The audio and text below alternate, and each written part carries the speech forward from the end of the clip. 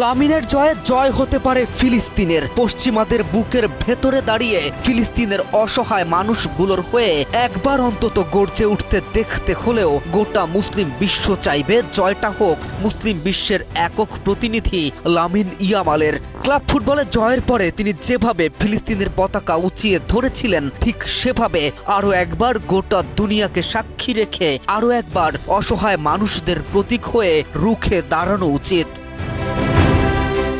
খেলাধুলা অরাজনৈতিক, খেলাধুলায় ধর্ম টানা ঠিক নয়, এমন সুশীলতায় যারা বিশ্বাসী তারাই খেলাধুলাকে পুঁজি করে এবারের আসরে ছড়িয়েছে সীমাহীন নোংরামি, পদে পদে হাসিল করেছে রাজনৈতিক স্বার্থ, ধর্মীয় স্বার্থ। The greatest show on earth, যেখানে তাকিয়ে গোটা বিশ্ব সেখানে অসহায় ও নির্যাতিত ফিলিস্তিনিদের অসহায় চিত্র কেন তুলে ধরবে না মুসলিম বিশ্ব? এটাই কি সেরা মঞ্চ নয়? যারা চোখ থাকতেও অন্ধ, যাদের বিবেকবোধ জাগ্রত হয় না, যারা চোখে দেখেও দেখে না গাজায় শিশুদের অসহায়ত্ব, তাদের চোখে আঙুল দিয়ে দেখিয়ে দিতে হলেও লামিনের বিশ্বকাপ জেতা উচিত। পূর্বের ন্যায় এবারেও জয়ের পরে ফিলিস্তিনের পতাকা উঁচিয়ে ধরা উচিত।